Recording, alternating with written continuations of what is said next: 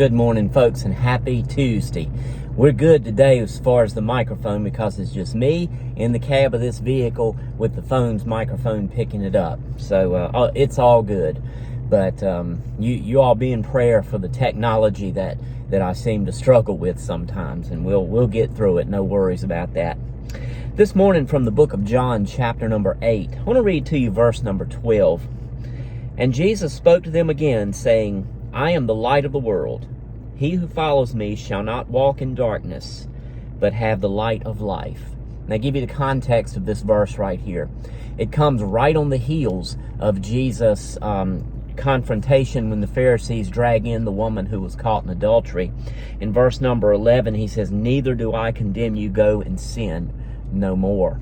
And then what happens in verse number 12? He picks right up preaching to the crowd that he'd been preaching to start with when the Pharisees dragged in the woman caught in adultery. And he says, I am the light of the world. He who follows me shall not walk in darkness, but have the light of life. Aren't you glad, Christian, that first and foremost, Jesus has said to you, when you come to know Jesus Christ as your Lord and Savior, he has said, Neither do I condemn you, go and sin no more. See, he's not just saying that to the woman caught in adultery. He's saying that to each and every one of us when we come to know Jesus Christ as Lord and Savior. Because we were just as much involved in sin as the woman caught in adultery. Now, not all of us were in the midst of adultery or anything like that, but we were all in our sin. But then when we came to know Jesus Christ, he said, I'm not going to condemn you. Live the life that I have called you to live. Sin no more. Don't live in sin anymore. Is basically what that is literally saying right there.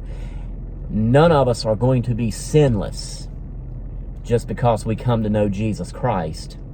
But we don't have to live in that sin. That's what it means right there when he said, go and sin no more. And then he qualifies that by what he says when he picks right up preaching from that moment. And he says, I am the light of the world. He who follows me. Not he who follows the world. Not he who follows religion. He who follows me shall not walk in darkness, but have the light of life. And I tell you what, Christian, that's an encouragement when you get up and you feel like the world is crashing down around you. Hope and pray that that's not happening to you this morning. It's not happening to me this morning, but sometimes it could, couldn't it? And we need that encouragement. Christian, there it is. Because you know Jesus Christ as Lord and Savior, you do not walk in darkness, but you walk in the light of life. What a wonderful encouragement this morning.